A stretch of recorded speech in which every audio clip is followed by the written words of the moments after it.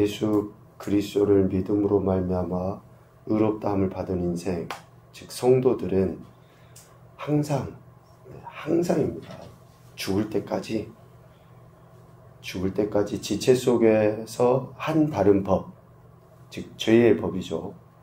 그리고 마음의 법, 즉 하나님의 법과 계속 싸웁니다. 죽을 때까지 그런 것 같습니다. 그래서 지체 속에 있는 죄의 법으로 사로잡아 가게 된다. 이러한 갈등으로 말미암아서 공고함을 느끼는 것이다 라고 사도 바울이 7장 23절 24절에서 분명하게 이야기하고 있습니다. 예수님 안 믿는 사람들은 항상 자기 지체, 자기가 원하는 대로 그냥 살아가요. 그러나 예수님 믿는 사람들은 자기 지체가 지금까지 살아왔던 삶의 방식뿐만이 아니라 하나님의 법이 계속적으로 그 안에서 그 싸움을 일으키는 거죠. 그런데 그 싸움이 늘 우리 안에 어떠한 그 기쁨이나 자유나 뭐 이런 것으로만 주진 않아요. 그래서 바울은 공고한 사람이다 라고 자기 자신을 고백을 하죠. 이러한 그 갈등, 내적인 싸움, 이 내적인 싸움은 단순히 내 안에서 스스로 나 혼자만의 싸움이 아니에요. 주변의 관계라든지 환경이라든지 상황이라든지 이러한 것들까지를 포함해서 내 안에서 이 두 가지의 법이 치열하게 싸우는 거예요. 이런 싸움은 성도들의 영적인 성장을 이룰 수 있는 계기가 됩니다. 그래서 5장에서도 이야기하고 이러한 우리 안에 있는 환난이나 또 연단이나 이런 것들이 우리에게 소망이 되기도 하고 때로는 즐거움이 되기도 하고 하는 것은 그러한 갈등 속에서 영적인 성장을 이뤄가기 때문에 그러는 거예요. 고난과 고통이 왜 우리에게 주어지는가? 예수님 안 믿는 사람들에게 주어지는 고통과 고난은 자기들의 죄에 의한 결과물이에요. 그런데 우리 안에 있는 고통과 고난과 어쩌면 정말 절망스러운 그런 상황까지 내몰리는 것은 그 가운데서 하나님의 법을 깨닫게 되고 하나님의 은혜를 경험하게 되기 때문이다라고 우리 믿음의 선배들이 다 그렇게 이야기하죠. 고난이 내게 유익이다. 그로 인해서 내가 윤례를 배우게 됐다. 주의 말씀 깨닫게 됐다.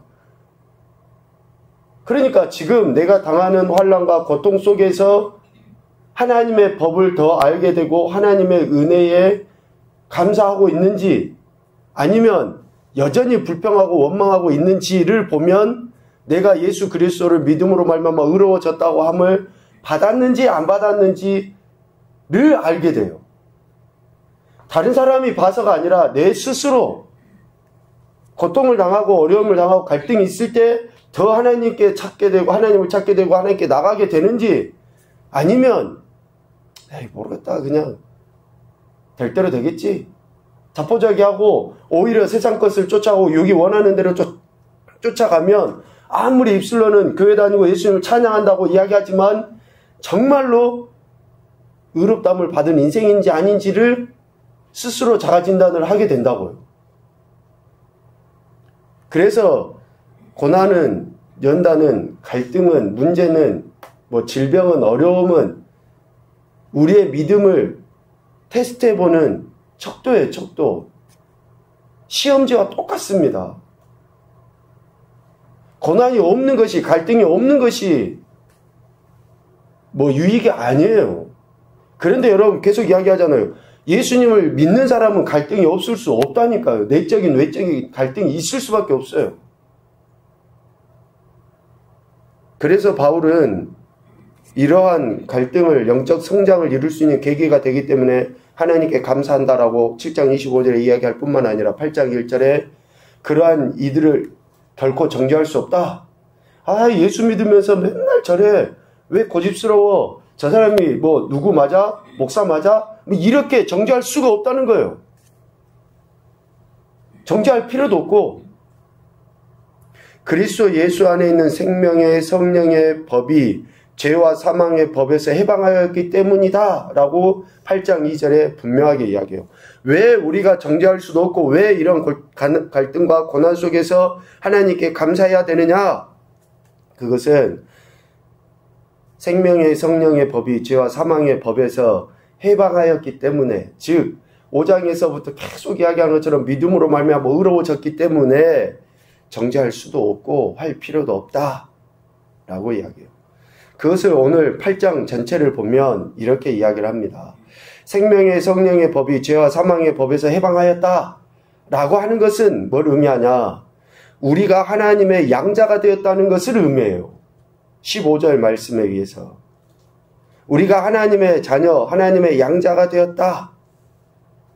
그래서 14절 이야기하죠. 하나님의 영으로 인도함을 받은 사람은 곧 하나님의 아들이다. 그리고 16절이죠. 16절. 성령이 친히 우리의 영과 더불어, 죄송합니다. 15절이네요. 15절. 종의 영을 받지 아니하고 양자의 영을 받아 우리가 아빠, 아버지라고 부르게 되는 거예요. 그러니까 생명의 성령의 법이 죄와 사망의 법에서 해방했다라는 것은 양자의 영이 우리 안에 있다라는 거죠. 그리고 우리가 하나님을 아버지라고 부르게 되었다라는 것이고, 16절에서는 성령 하나님께서 친히 우리의 영, 내 속에 있는 영과 더불어서 우리가 하나님의 자녀인 것을 증언하신다라고 이야기하고, 17절에서는 그래서 자녀이기 때문에, 상속자이기 때문에 하나님의 상속자로서 예수 그리스도께서 당하신 그런 고통과 고난과 같이 우리도 고난을 받는 것이다 라고 이야기를 하는 것입니다. 그래서 하나님을 아빠 아버지라고 부르는 자들은 그리스도께서 그 속에 계시기 때문에 몸은 죄로 인해서 죽었어요. 이제 예수님이 죽으신 것 같이. 그렇지만 영은 의로 말미암아서 살아있게 된 것이다 라고 8장 10절에 분명하게 이야기합니다. 그러니까 우리가 예수님을 믿는다 라고 하는 것, 의로워졌다 라고 하는 것, 또 생명의 성령의 법이 내 안에서 역사하신다 라고 하는 것은 단순하게 어떠한 감각의 문제가 아니라 실제로 내가 그렇게 하나님을 아버지라고 부르며 아버지의 그 은혜, 즉 예수 그리스도가 죽으심과 같이 나도 죽고 하나님의 영광에 참여하는 자가 됐다라는 것을 의미하는 거예요. 그러니까 고난이 있고 갈등이 있는 것에 대해 우리가 하나님 앞에 감사할 수밖에 없는 거고, 또 하나는 생명의 성령의 법이 죄와 사망의 법에서 해방하였다 라고 하는 것은 21절 말씀에 의해서 썩어짐의 종노릇 한 데서 해방되어 하나님의 자녀들의 영광의 자유에 이르는 것을 의미합니다. 그러니까 앞서는 하나님의 자녀가 되는 것, 그것이 죄와 사망의 법에서 해방되었다라는 건데, 이제 좀 더 한 단계 더 나가요. 자녀가 된 우리들은 썩어짐의 종로를 한 데서 해방되어서 하나님의 자녀들이 누리는 영광의 자유에 이르게 되는 것을 의미합니다. 애굽에서 건짐은 다 받았어요.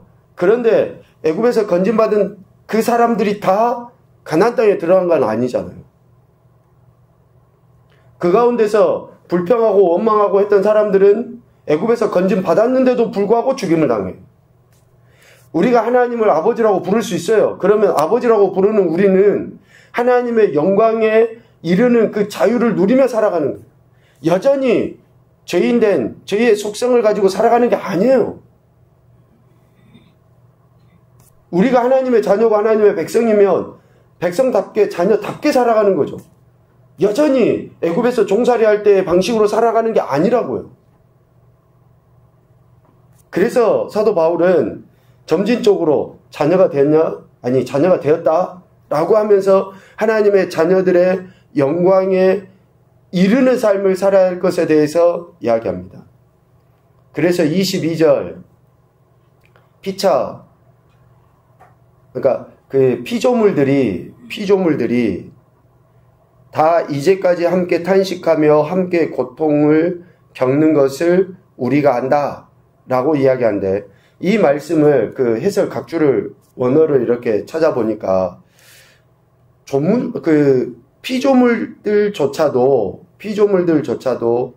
영광의 회복을 위해 탄식하며 신음하는데, 그러니까 이 말이 뭐냐면요, 그 양심이라는 게 있잖아요.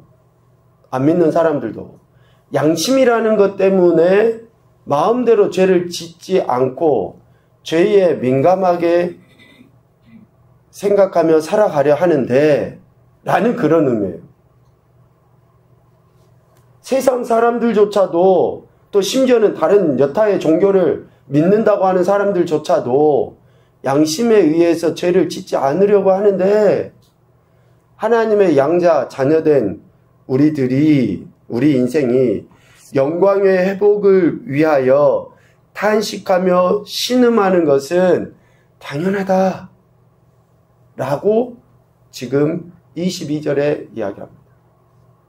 그러니까 하나님의 자녀된 우리들이 하나님의 영광을 드러내기 위하여 탄식하며 신음하는 것은 당연한 자유다. 자유. 누차 강조해서 이야기했죠. 자유는 내가 마음대로 하며 살아가는 게 자유가 아니에요. 옳은 것을 행하는 것이 자유예요. 그러니까 우리 하나님의 자녀된 우리들이 하나님의 영광을 드러내기 위해서 내 마음에 갈등하고 탄식하고 신음하는 이러한 내적인 갈등을 일으키며 살아가는 것이 당연한 자유이다. 마땅히 그렇게 행해야 한다라고 이야기를 하는 거예요. 그리고 23절, 그뿐 아니라 또한 우리 곧 성령의 처음 익은 열매를 받은 우리까지도, 여기에서 성령의 처음 익은 열매를 받은 열매는 바로 예수 그리스도이십니다. 성령의 처음 익은 열매인 예수 그리스도를 받은 우리가 속으로 탄식하여 양자될 것, 그러니까 우리 몸의 속량을 기다리는 것이 당연한 자유이다라고 23절에 분명하게 이야기합니다. 우리가 예수 그리스도 안에서 하나님의 자녀됨을 그렇게 기다리고 누리고 살아가는 것이 당연한 자유이다. 그리고 한 가지 더 이야기합니다. 24절, 25절. 소망으로 구원을 얻었기 때문에 보지 못하는 것을 바라고 참음으로 기다린 것이 당연한 자유이다. 라고 이야기합니다. 눈에 보이는 것에 의해서가 아니라, 눈에 보이지 않지만 우리에게 참 소망을 주시는 그 하나님, 그 은혜를 참음으로 기다리는 것이 당연한 자유이다. 그래서 생명의 성령의 법에 의해 죄와 사망의 법에서 해방되고 썩어짐의 종로를 한 데서 해방된 하나님의 자녀들은 18절에 분명하게 이야기하죠. 현재 당하는 고난이 장차 나타날 영광과 비교할 수 없음을 확신하며 살아가야 하는 거예요. 이것이, 우리는 그리스도인의 자유를 이야기할 때 갈라디아서를 많이 이야기합니다. 근데 사도 바울이 쓴 로마서나 갈라디아서 의미가 동일해요. 진짜 그리스도인의 자유는 뭐예요? 환난과 고통과 고난이 있어도 소망 가운데서 주님만 바라고 믿음으로 나가는 것이 그리스도인의 자유라고 이야기해요. 그것을 벗어나고 포기하고 그런 게 자유가 아니라, 그리스도인의 참 자유는 환난 속에서도 고통 속에서도 하나님의 영광을 바라보고, 비교할 수 없잖아요. 지금 우리 환난과 고통과 하나님의 영광은. 그 영광을 바라보고 믿음으로 하나님께 가까이 나가는 것이 그리스도인의 자유고 하나님의 자녀된 양자된 우리들의 태도다라고 이야기해요. 그래서 오늘 25 6절 이하에는 성령 하나님에 대한 이야기를 하는 거예요. 이렇게 하나님의 영광을 바라고 우리가 즐거워하잖아요. 지금 고통이 있어도, 고난이 있어도, 갈등이 있어도, 내적 외적 환란이 있어도 생명의 성령의 법에 의해 죄와 사망의 법에서 해방된 이런 하나님의 자녀들은 성령 하나님의 도우심과 인도하심 가운데 참된 자유를 누리며 살아가는 거죠. 그래서 26절 이야기합니다. 성령도 우리의 연약함을 도우시나니 우리는 마땅히 기도할 바를 알지 못하나 오직 성령이 말할 수 없는 탄식으로 우리를 위하여 친히 간구하신다. 그러니까 이 간구하신다라는 그런 말, 우리를 위하여 기도하신다, 이런 단어들을 통해서 이게 내가 뭔가 구해하고 싶은 것을 구하는 정도의 그러한 문구로 써서는 안 되는 거예요. 기도하는 용도의 이 문구를 26절 말씀을 주신 것이 아니라 우리가 하나님의 자녀로서, 양자로서 내적 외적 갈등 속에, 환란 속에, 고통 속에 하나님의 영광을 바라고 참고 인내하고 즐거워하며 소망 가운데 나가야 되는데 내 힘으로는 안 돼요. 여전히 내 지체의 법이, 내 마음의 법, 하나님의 법을 이기잖아요. 우리는 지게 돼 있어요. 그래서 성령 하나님의 도우심을 구하는 거고, 우리가 그 도우심을 구할 때 성령 하나님은 나보다 나를 더 정확하게 하시니까 말할 수 없는 탄식으로 나를 위해서 기도해 주시는 거예요. 내가 마음으로 하나님의 법을 즐거워해서 이 공부하면서 매 순간순간 승리할 수 있도록. 그러니까 성령의 감동으로 기록된 하나님의 말씀을 계속 생각하면 생각할수록 그 갈등에서 우리가 승리하는 경험을 해나가게 되는 거예요. 이것은 내가 뭘 구하지? 내게 필요한 게 뭐지? 잘 모르는데 성령님이 기도해 주시겠지. 이런 차원의 말씀이 아니라고요. 로마서 전체의 말씀을 보고 8장의 말씀 보고 7장 8장의 말씀 보면 내가 얼마나 연약한 존재인데 나 같은 인생을 하나님께서 불쌍히 여겨주셔서 성령에 의해서 살아가도록 하기 위해서 지금 8장 26절의 말씀을 하셨다라는 거예요.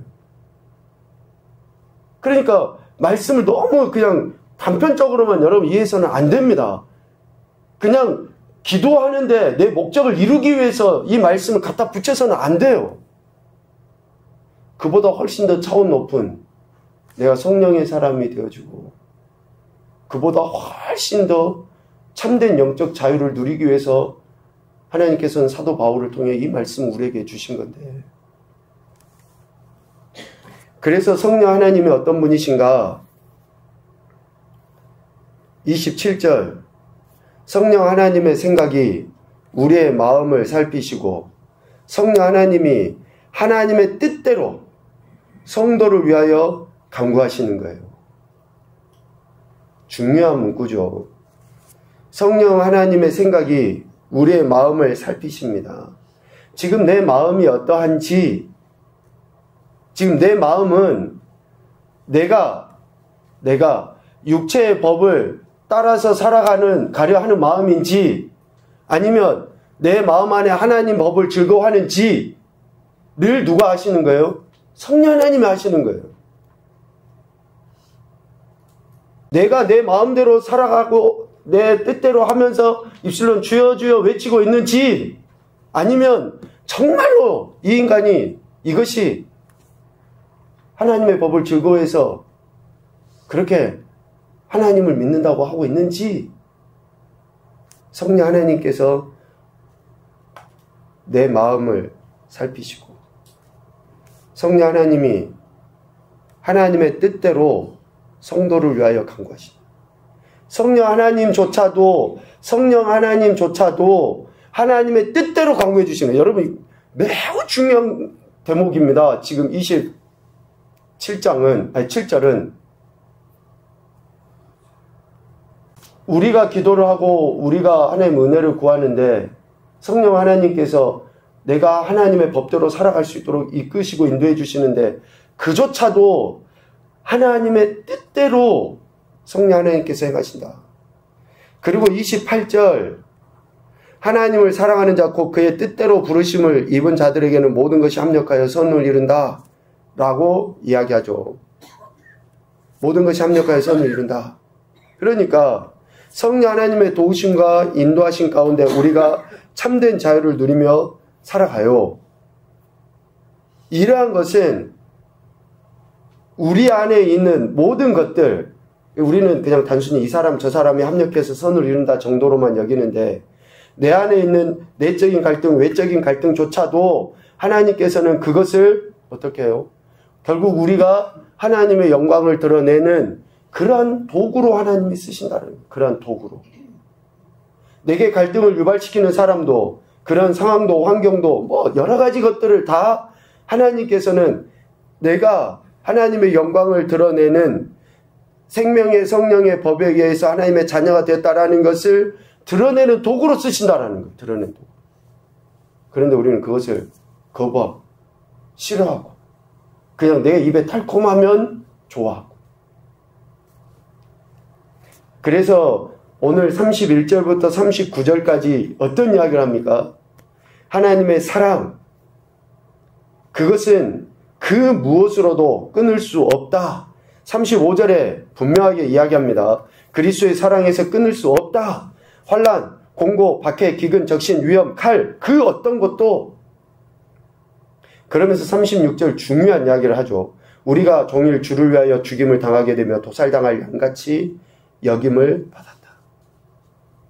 그러니까 환난이나 공고나 박해나 기근이나 적신, 위험, 칼 이러한 것들이 단순히 내 안에서의 내적인 갈등을 뛰어넘어 이제는 정말 하나님의 자녀, 양자로서 하나님의 영광을 드러내려 할 때에 외적으로 당하는 이런 엄청난 고통과 고난, 박해가 있다 할지라도 결코 하나님은 우리를 포기하지 아니하시고 성령 하나님의 도우심과 인도하심 속에서 우리에게 주어지는 모든 것들을 통하여 선을 이루시는 하나님이시다 라고 결론적으로 그렇게 이야기해요.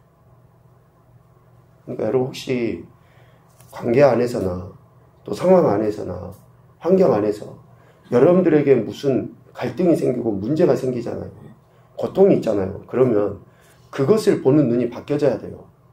성령 하나님께서 죄와 사망의 법에서 우리를 해방하시고 그렇게 우리를 하나님의 선으로 이끄시고 영광 가운데 이끄시는 그 은혜를 우리는 누려야 돼요. 그것이 뭐냐면 자유라고 해요. 자유.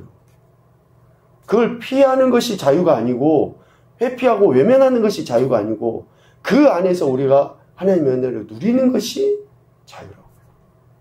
이것을 사도 바울은 그리스도의 사랑에서 끊을 수 없다라고 강력하게 선포하고 있습니다.